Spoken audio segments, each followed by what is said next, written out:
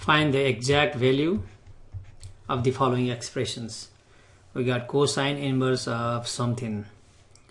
We know that the range of cosine inverse of anything, that should be always in between 0 and pi. Okay, the final answer should be in between 0 and pi. And cosine inverse and cosine, they are inverse function, their actions cancel as long as this number is nice enough. In this case should be in between 0 and pi. 4 pi over 5, okay, that's less than pi, because pi over 5 would be 1 pi, and obviously positive. Yes, I mean this one is in the correct range, 0 to pi. That means cosine inverse and cosine, their actions cancel, just 4 pi over 5. Okay, but in number 2 it's different.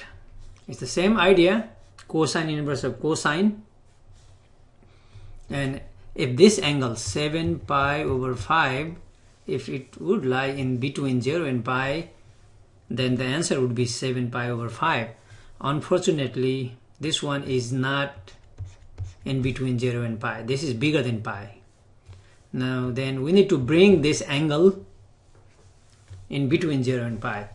Look at this. This is 0 pi over 2 pi. This is 3/2 1.5 pi. Okay, the 7 pi over 5, 7 over 5 is it's not 1.5, so it should be somewhere here.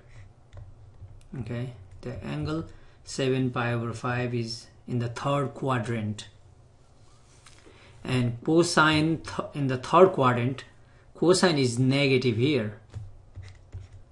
All students take calculus, so cosine of this angle will be negative, and cosine is negative here as well. So we need to write down the corresponding angle for 7 pi over 5 here in the second quadrant, because the cosine inverse will have values in either in the first quadrant or second quadrant, but 7 pi over 5 is in the third quadrant, which has negative value, and cosine is negative here, so we need to find corresponding angle here. Okay, now 7 pi over 5 is how big? Then pi. Let's subtract 7 pi over 5 minus pi is 5 pi over 5. I'm just making common denominator. That means 7 pi minus 5 pi, 2 pi over 5. So this, in fact, we kind of found the reference angle 2 pi over 5. So this is 2 pi over 5. Now to find angle here, we need to subtract 2 pi over 5 from pi. Okay, because we have theta. Here the angle will be theta, pi minus theta. Here pi plus theta. Here 2 pi minus theta. So this 7 pi over 5 is in fact pi plus 2 pi over 5. Okay, that's the reference angle theta. It's 2 pi over 5. So here pi minus 2 pi over 5, so that gives us the corresponding angle. So I need to find pi minus this 2 pi over 5. Pi is same as 5 pi over 5. Okay, that gives 5 pi minus 2 pi, 3 pi over 5. So the angle here, this angle 3 pi over 5, so cosine of 3 pi over 5 and cosine of the whole angle 7 pi over 5 have the same values. Okay, so we can go here and write this as cosine inverse of cosine in the second quadrant 3 pi over 5. Then now this is in between 0 and pi, so their actions cancel, so the answer is 3 pi over 5. Okay, the range, the answer should be always in between 0 and pi for cosine inverse.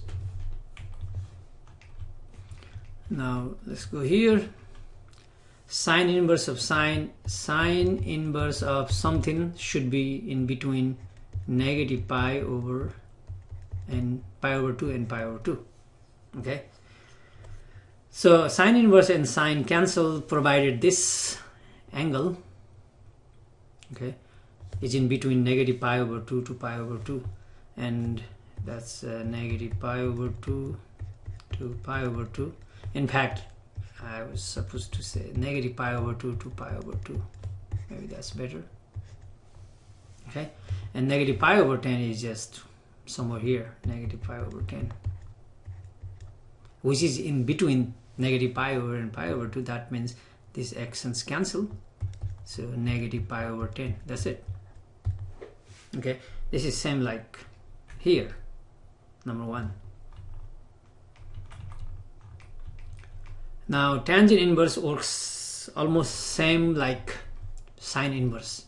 Okay, for tangent inverse, again, tangent inverse of something should be always in between negative pi over 2 to pi over 2. Sine inverse can have negative pi over 2 and pi over 2, but here we cannot have negative pi over 2, but almost same, so parenthesis. Okay, so as long as this angle 11 pi over 9 is here, then we can simply cancel this. Okay, but 11 pi over 9, oh, that's bigger than pi, because 11 over 9 is bigger than 1, so not here. This is half pi. Now we need to figure out the corresponding quadrant and go from there. So let me find this angle where it lies.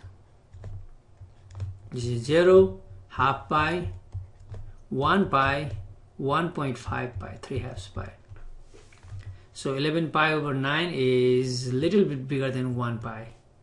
How big? Let's see. 11 pi over 9 minus 1 pi is 9, so we can write 9 pi over 9. So 11 pi minus 9 pi is 2 pi over 9. So 11 pi over 9 is 2 pi over 9 more than pi. So it's here, and it's a little bit, the whole angle is 11 pi over 9. Okay, and from pi, reference angle is 2 pi over 9. So this angle is 2 pi over 9, but tangent we have to have either in here or here. So tangent is tangent is positive. ASTC, all students take calculus. So tangent in the third quadrant here, because 11 pi over 9 is here, that's positive. That means we need to go in the first quadrant, because all positive. And 2 pi over 9 is in the first quadrant. So 11 pi over 9, tangent 11 pi over 9 is same as tangent 2 pi over 9. So this one I will write in this way: tangent inverse of tangent 2 pi over 9. Okay, tangent 11 pi over 9 has same value as tangent 2 pi over 9. Now how does this help? Because 2 pi over 9 is in between negative pi over 2 to pi over 2. Okay, that means tangent inverse and tangent cancel, their actions cancel, so 2 pi over 9 is the answer.